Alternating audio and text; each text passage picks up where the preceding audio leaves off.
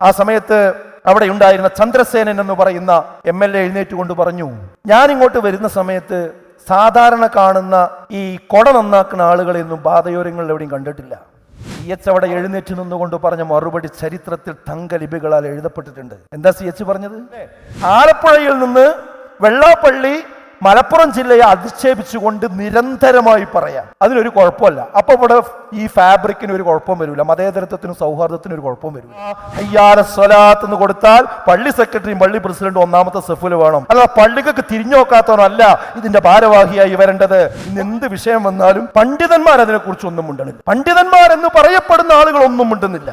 ഒഴുക്കിനോടൊപ്പം നീന്താൻ ഒരിക്കലും ഒരു മതസംഘടന ആവശ്യമില്ല. ഒഴുക്കിനെതിരെ നീന്താനാണ് കരുത്ത് ആവശ്യമായിട്ടുള്ളത്. അതുകൊണ്ട് ഇവിടെ ലിബറലുകളുടെ രീതികളെ കുറിച്ചാണ് ഇത്രയും സമയം നമ്മൾ സംസാരിച്ചത്. അവര് ഒറ്റയടിക്ക് ഇസ്ലാം മോശമാണെന്നോ മുസ്ലിങ്ങൾ മോശം സമുദായമാണെന്നോ പറയിപ്പിക്കുകയല്ല ചെയ്യുക.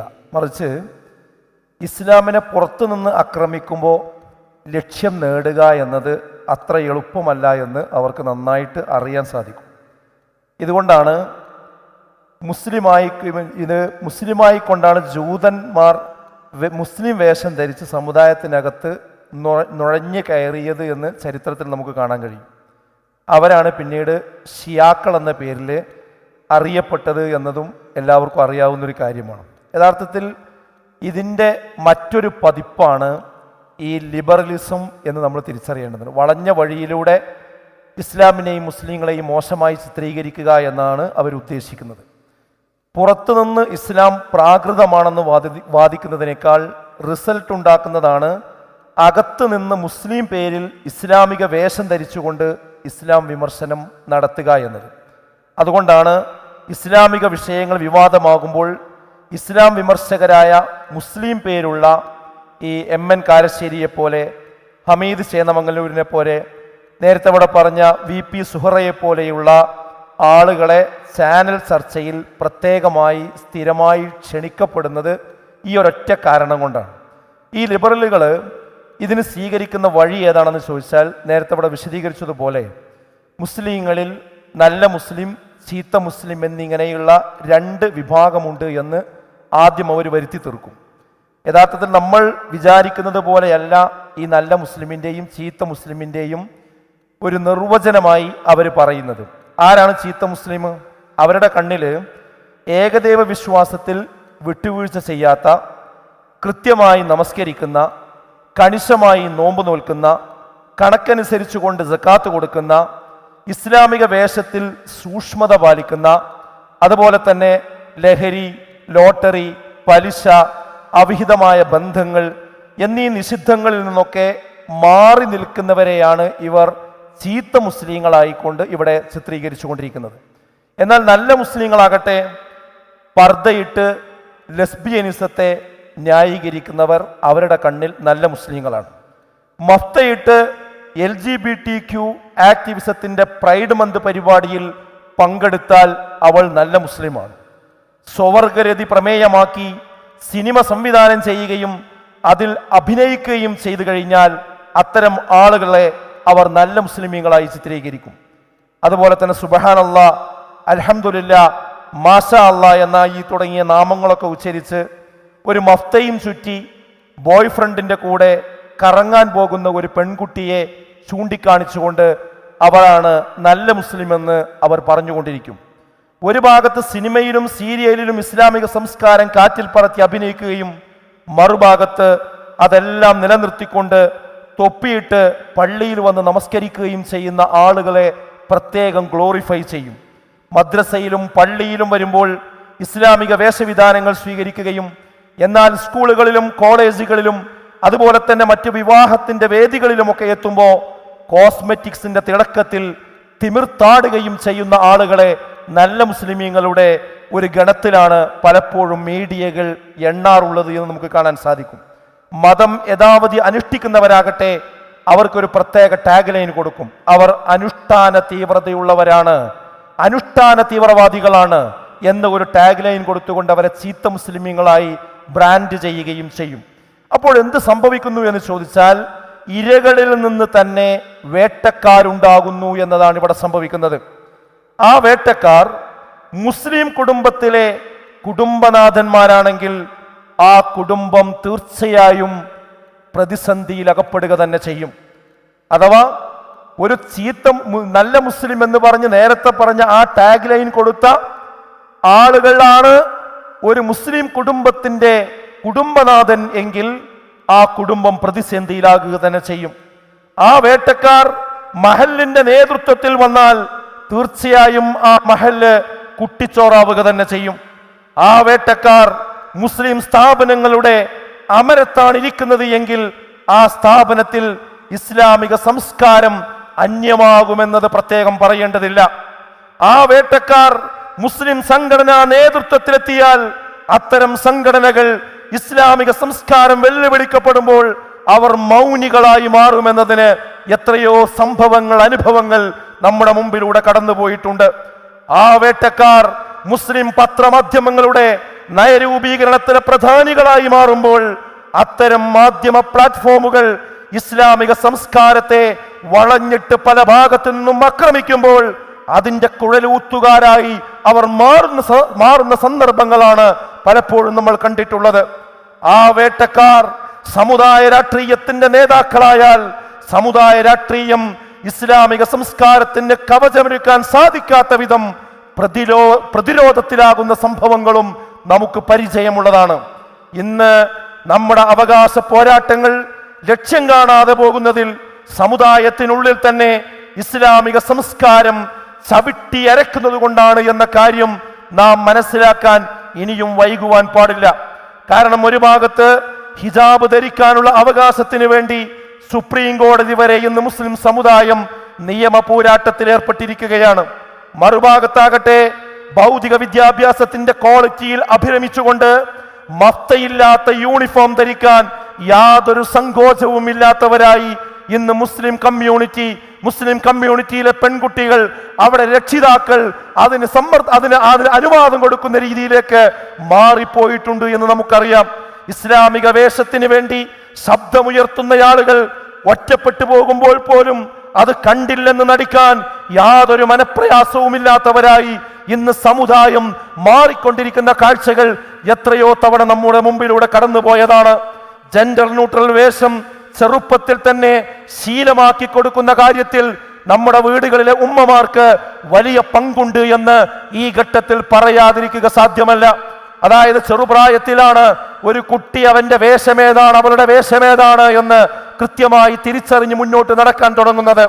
ആ പ്രായത്തിൽ തന്നെ ആൺകുട്ടിക്ക് പെൺകുട്ടിയുടെ വേഷവും പെൺകുട്ടിക്ക് ആൺകുട്ടിയുടെ വേഷവും ഇട്ടുകൊടുത്തുകൊണ്ട് അങ്ങനെയുള്ള ഒരു റൂട്ടിലൂടെ ആ കുട്ടിയെ വളർത്തിക്കൊണ്ടുവരികയും പിന്നീട് പ്രായപൂർത്തിയാകുന്ന സമയത്ത് അതഴിക്കാൻ പറയുമ്പോൾ അവൾ അതിന് തയ്യാറാകാതെ പോവുകയും ചെയ്യുന്ന ഒരു പ്രതിസന്ധി ഇന്ന് നമ്മുടെ സമുദായത്തിൽ കണ്ടുകൊണ്ടിരിക്കുന്നുണ്ട്. മറുഭാഗത്ത് ഏക സിവിൽ കോഡിനെതിരെ ഇന്ന് സമുദായം രംഗത്തിറങ്ങുന്നു. വിവാഹത്തിന്റെ പരിശുദ്ധി കാത്തു സൂക്ഷിക്കാനും വിവാഹമോചനത്തിന്റെ നിബന്ധനകൾ സംരക്ഷിക്കാനുമായി വ്യക്തി നിയമം നിലനിർത്തുവാൻ വേണ്ടി എല്ലാ നിലക്കും വാദിച്ചു കൊണ്ടിരിക്കുകയാണ്.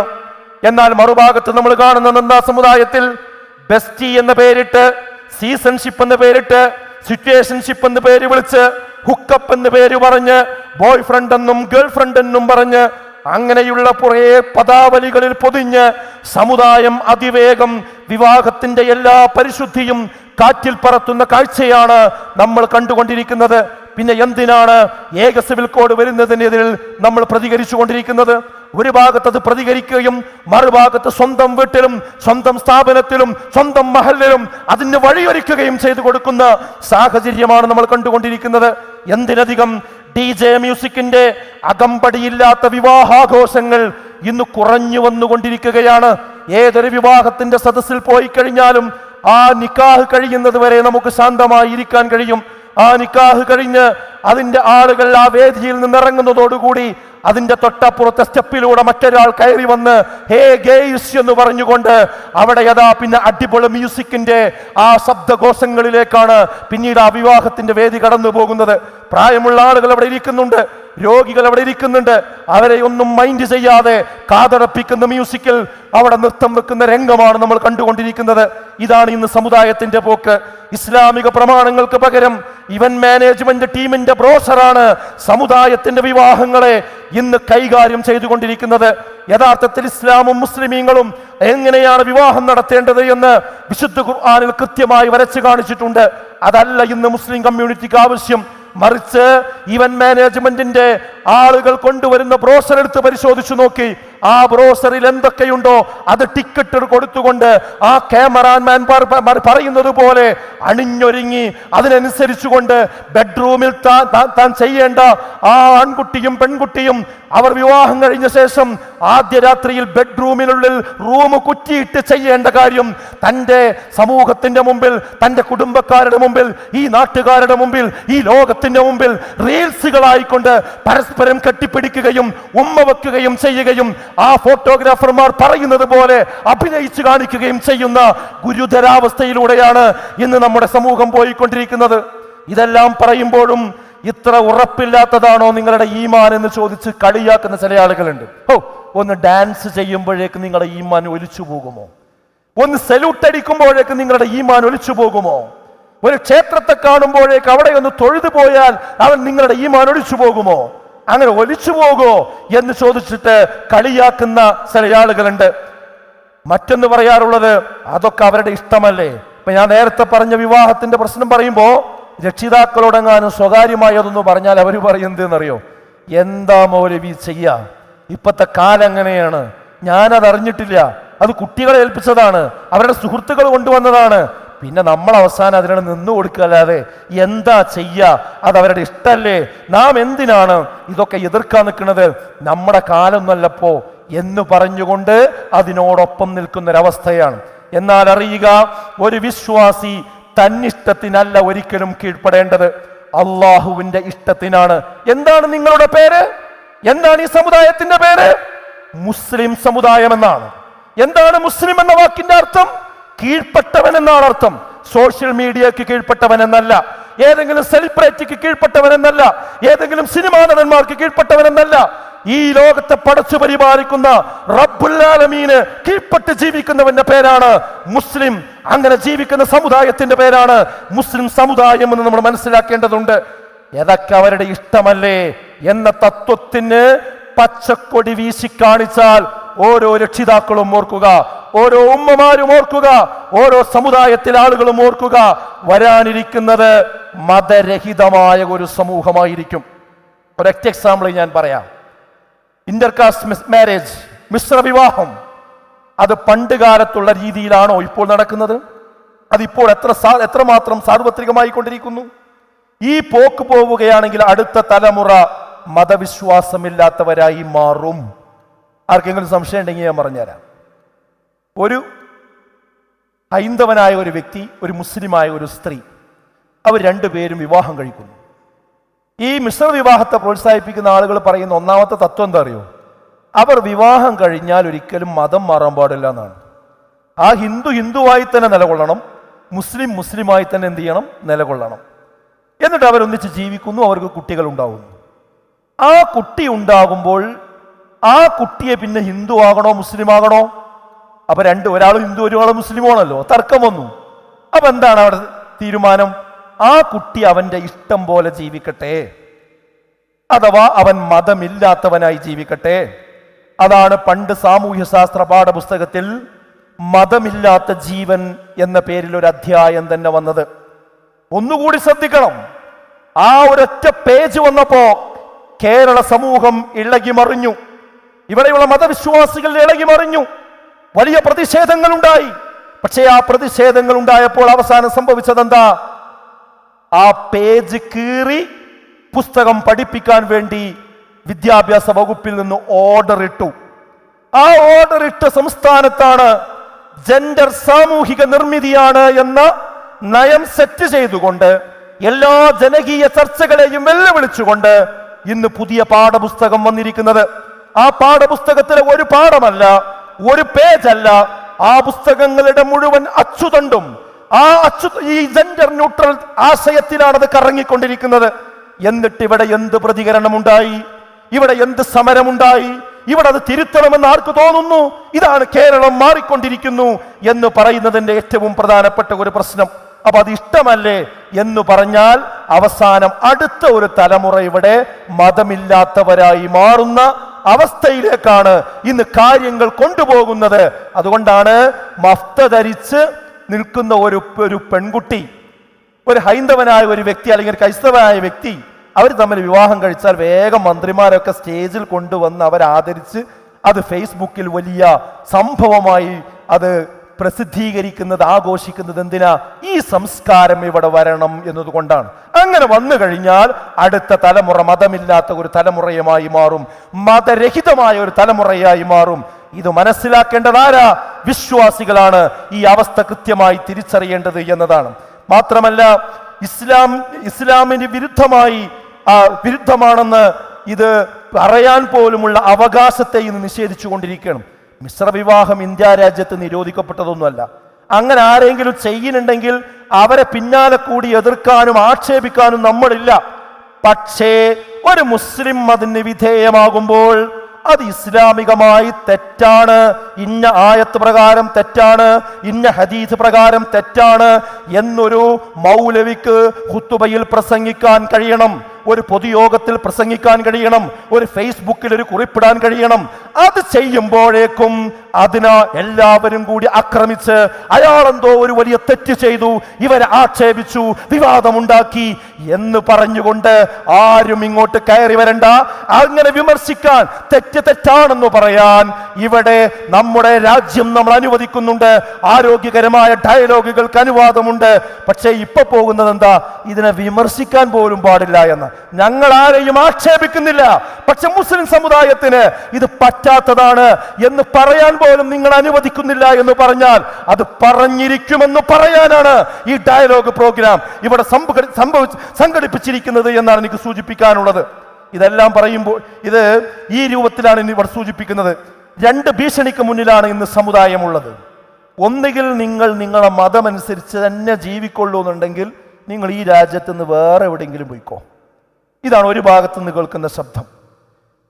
അതേ ആളുകൾ എന്താ, നിങ്ങൾ പോണില്ലെങ്കിൽ നിങ്ങൾക്ക് ഇവിടെ ജീവിക്കണമെങ്കിൽ രണ്ടാം പൗരന്മാരായി ജീവിക്കാം. നിങ്ങൾക്ക് ഇങ്ങനെ ഈ പോക്ക് പോവുകയാണെങ്കിൽ SIR ഒക്കെ വരുന്നുണ്ട്, നിങ്ങൾക്ക് വോട്ടൊന്നും ഉണ്ടായിക്കൊള്ളുന്നില്ല, ഞങ്ങൾ പറയുന്ന മാതിരി ഇവിടെ ജീവിച്ചാൽ മതി. ഇതാണ് ഒരു ഭാഗത്ത് നിന്ന് വരുന്ന വെല്ലുവിളി. വേറൊരു ഭാഗത്ത് നിന്ന് വരുന്ന വെല്ലുവിളി എന്താ? അതിൻ്റെ തലസ്ഥാനം കേരളമാണ്. അതിൻ്റെ തലസ്ഥാനം കേരളമാണ്. അതായത് ഞങ്ങൾ പറയും പോലെ നിങ്ങളെ മതം വെട്ടിച്ചുരുക്കി മാറ്റത്തിരുത്തലൊക്കെ വരുത്തി വേണമെങ്കിൽ അനുഷ്ഠിച്ചോളൂ. യഥാർത്ഥത്തിൽ ഇസ്ലാം ഖുർആനിലും ഹദീസിലുള്ള ഇസ്ലാം അനുസരിച്ചുകൊണ്ട് നിങ്ങൾ എന്ത് ചെയ്യണ്ട, അങ്ങനെ നിൽക്കാൻ നിങ്ങളെ വിടൂല എന്ന രീതിയാണ് ഇന്നിവിടെ വരുന്നത്. ഇവിടെ ഡയലോഗിന് പറയാനുള്ളത്, ഇന്ത്യയുടെ ഭരണഘടന നിലനിൽക്കുന്നുണ്ടെങ്കിൽ, ആ ഭരണഘടന മതസ്വാതന്ത്ര്യം അനുവദിക്കുന്നുണ്ടെങ്കിൽ, ആ ഭരണഘടന മതമനുഷ്ഠിക്കാൻ അനുവാദം നൽകുന്നുണ്ടെങ്കിൽ, ആ ഭരണഘടന മതപ്രബോധനത്തിന് സ്വാതന്ത്ര്യം നൽകുന്നുണ്ടെങ്കിൽ അതിവിടെ ചെയ്തിരിക്കും എന്ന് പറയാൻ തന്നെയാണ് ഈ ഡയലോഗ് ഇവിടെ സംഘടിപ്പിച്ചിരിക്കുന്നത് എന്നാണ് നമുക്ക് സൂചിപ്പിക്കാനുള്ളത്. ഇത് കേൾക്കുമ്പോൾ ചില ആളുകളെങ്കിലും എല്ലാം കൈവിട്ടു പോയി, ഇനി എന്താ നമ്മൾ ചെയ്യുക?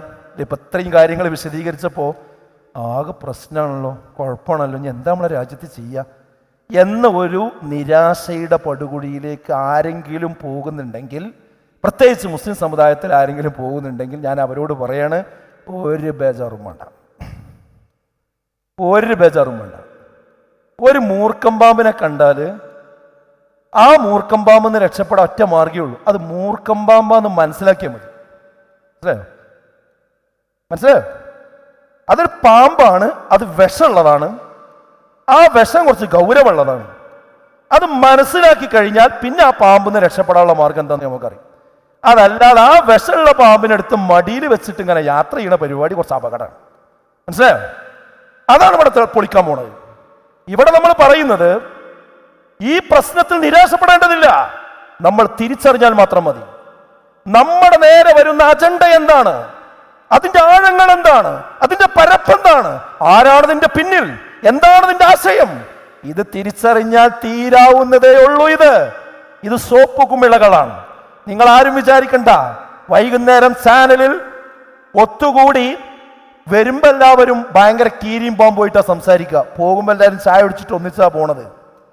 അങ്ങനെ നാടകം കളിച്ച് ഈ നാട്ടുകാരെ, ഇവിടെയുള്ള മതേതരത്തെ തച്ച് തകർക്കാമെന്നാരും കരുതണ്ട.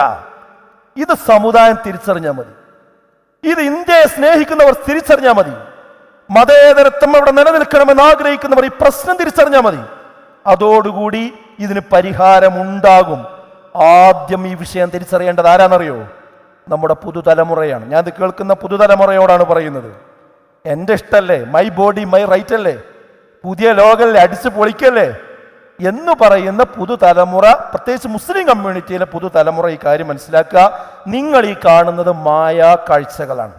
ഈ കാണുന്ന ഒന്നല്ല ജീവിതം എന്ന് പറയുന്നത്. യഅലമു അന്നമൽ ഹയാത്തുദ് ദുനിയ ലഅബുൻ വലഹുൻ വസീനത്തുൻ വതഫാഖുറുൻ ബൈനകും വതകാതുറുൻ ഫിൽ അംവാലി വൽ ഔലാദ്.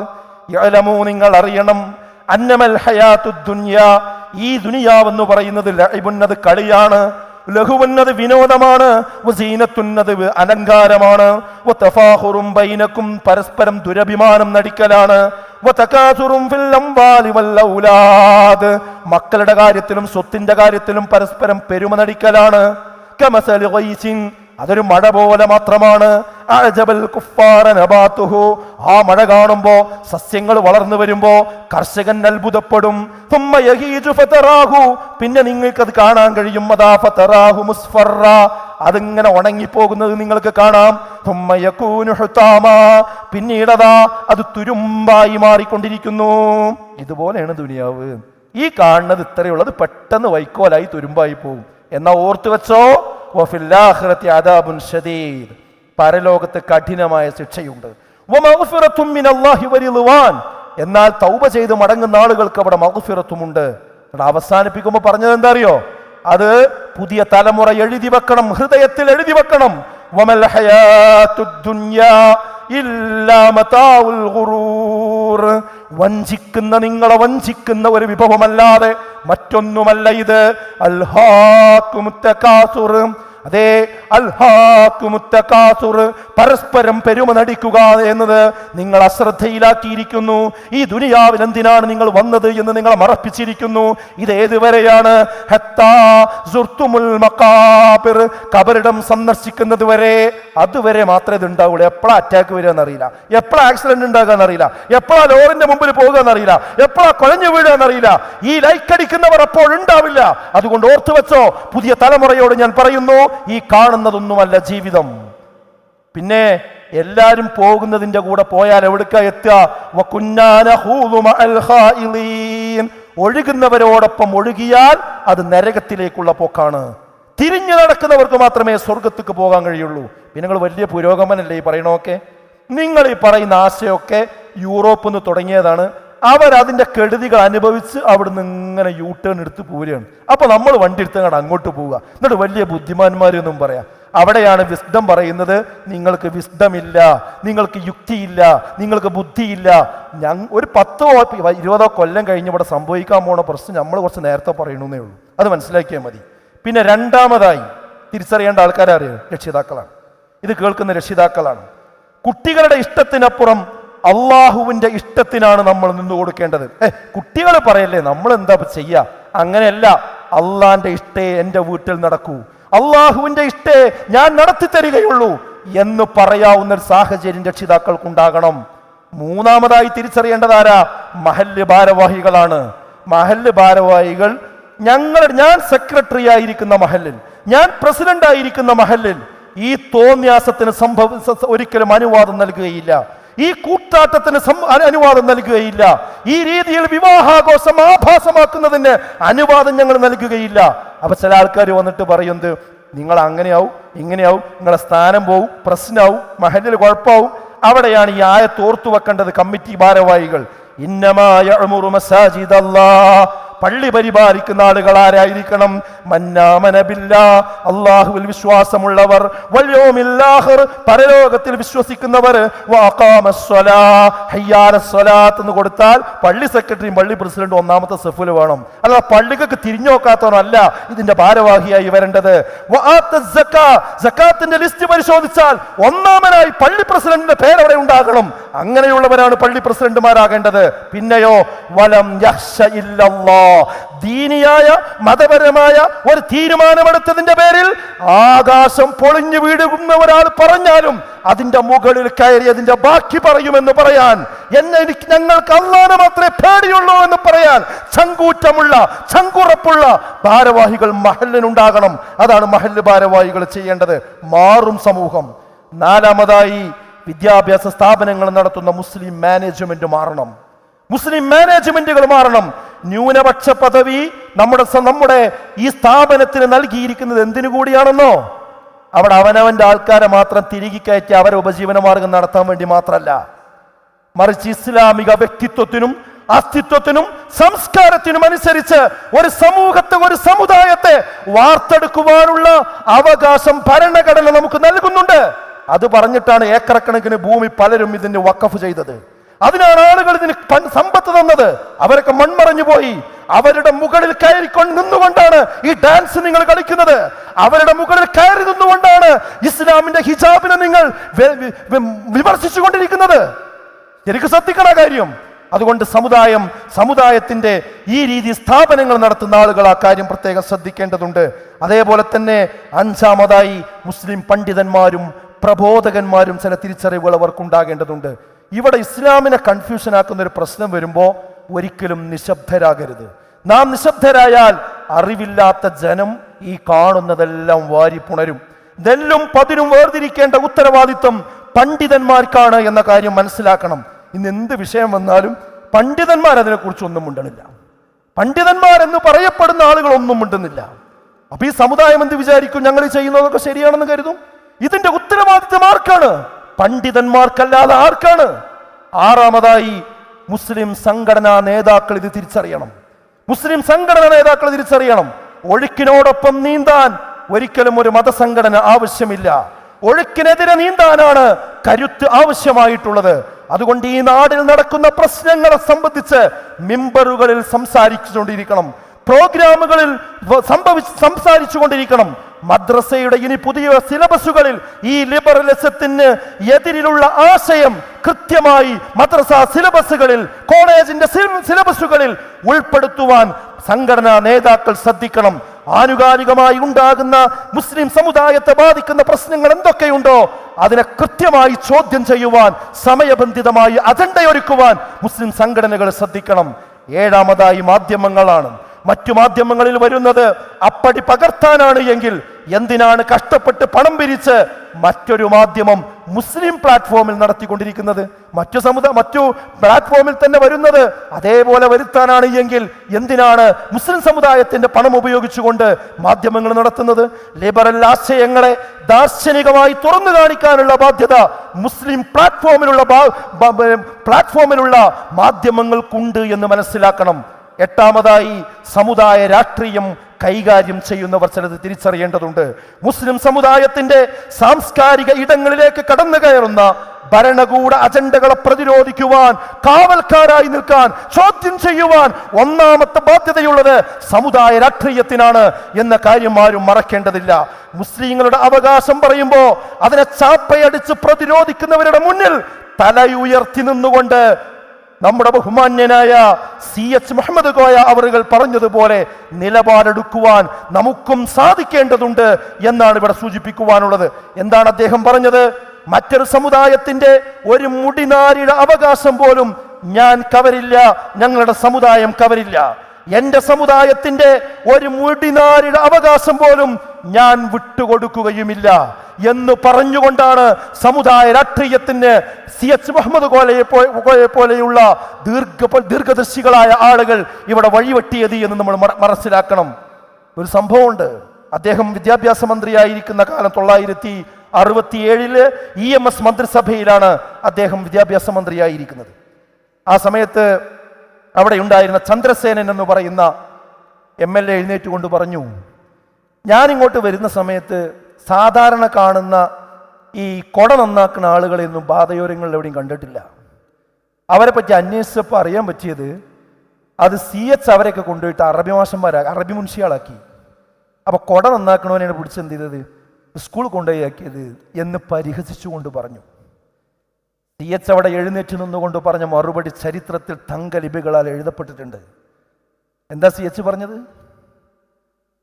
അവർക്ക് ക്വാളിഫിക്കേഷൻ ഉണ്ട്, അവരതിന് അർഹരാണ് എന്ന് താന്നുകൂഴ്ന്ന് പറയുക മാത്രമല്ല, ആദ്യം ആ മറുപടി പറഞ്ഞു, അവരതിന് അർഹതപ്പെട്ടവരാണ്, അവർക്കതിന് ക്വാളിഫിക്കേഷൻ ഉണ്ട്, അതുകൊണ്ടാണ് ഞാൻ അവരെ നിയമിച്ചത് എന്ന് പറഞ്ഞ ശേഷം പറഞ്ഞത് എന്താണെന്നറിയോ? അങ്ങനെ വിറക് വെട്ടികളും വെള്ളം കോരികളും ചെരുപ്പ് കുത്തികളും കുട നന്നാക്കുന്നവരുമായി എന്റെ സമുദായം അധപതിച്ചപ്പോൾ അവരെ അധികാരത്തിലേക്കും അവരെ അധ്യാപനത്തിലേക്കും അവരെ മുഖ്യധാരയിലേക്കും കൊണ്ടുവരാനാണ് എന്നെ ജയിപ്പിച്ചു വിട്ടിരിക്കുന്നത്, എന്നെ മന്ത്രിയാക്കിയിരിക്കുന്നത്. അത് ഞാൻ ചെയ്തിരിക്കും, അതെന്റെ അവകാശമാണ്, എന്റെ സമുദായത്തിന്റെ അവകാശമാണ് എന്ന് നെഞ്ച് വിരിച്ചു പറഞ്ഞ സമുദായ നേതാക്കളുടെ പിന്മുറക്കാരാണ് നമ്മൾ. അത് ആരെങ്കിലും കണ്ണുരുട്ടുമ്പോഴേക്ക്, എന്തെങ്കിലും ഒന്ന് പറയുമ്പോഴേക്ക് നമ്മൾ അവകാശത്തെ പറ്റി പറഞ്ഞാൽ നമ്മൾ തീവ്രവാദികളായി പോകോ, നമ്മൾ കുഴപ്പക്കാരായി പോകോ? നമുക്കൊരു അധിക ബാധ്യത നമുക്കില്ല. അതിന് ശരിക്കും മനസ്സിലാക്കണം. ഈ മതേതര പ്ലാറ്റ്ഫോം ഇവിടെ നിലനിർത്താനും ഈ രാജ്യത്തിൽ സമാധാനം നിലനിർത്താനും വർഗീയ ധ്രുവീകരണം ഇല്ലാതിരിക്കാനും എല്ലാ സമുദായത്തിനും ഒരേ ബാധ്യത മാത്രമേ ഉള്ളൂ. വേറുള്ളവർക്കൊക്കെ എന്തും പറയാം, അല്ലേ? ആലപ്പുഴയിൽ നിന്ന് വെള്ളാപ്പള്ളി മലപ്പുറം ജില്ലയെ അധിക്ഷേപിച്ചുകൊണ്ട് നിരന്തരമായി പറയാം, അതിനൊരു കുഴപ്പമില്ല. അപ്പോൾ ഇവിടെ ഈ ഫാബ്രിക്കിന് ഒരു കുഴപ്പം വരില്ല, മതേതരത്വത്തിനും സൗഹാർദ്ദത്തിനും ഒരു കുഴപ്പം വരില്ല. എന്നാൽ അതിനാരെങ്കിലും ഒന്നൊരു മറുപടി പറഞ്ഞാലോ, മുസ്ലിം രാഷ്ട്രീയ രംഗത്തു നിന്നൊരു മറുപടി പറഞ്ഞാലോ, അപ്പോഴേക്കാകെ പ്രശ്നമായി. ഈ സംഗതി ബ്രേക്ക് ചെയ്തേ പറ്റൂ. അത് ബ്രേക്ക് ചെയ്തില്ല എങ്കിൽ ഇവിടെ നമുക്കിനി ഒരു കാര്യവും പറയാൻ സാധിച്ചു കൊള്ളണമെന്നില്ല. അതുകൊണ്ട് മുസ്ലിം സമുദായത്തിന് ഖുർആനും സുന്നത്തും പറയുന്നതിനനുസരിച്ചുകൊണ്ടാണ് അവരവരുടെ ആരാധന അനുഷ്ഠാനങ്ങൾ ചിട്ടപ്പെടുത്തേണ്ടത്. ഒരിക്കലും കപട മതേതരവാദികളുടെ സർട്ടിഫിക്കറ്റ് നമുക്ക് വേണ്ട. അതാണ് ഈ ഡയലോഗ് ഇവിടെ പ്രഖ്യാപിക്കുന്നത് എന്ന് മാത്രം ഓർമ്മപ്പെടുത്തിക്കൊണ്ട് ഞാൻ അവസാനിപ്പിക്കുന്നു. അസ്സലാമു അലൈക്കും വറഹ്മത്തുള്ളാഹി.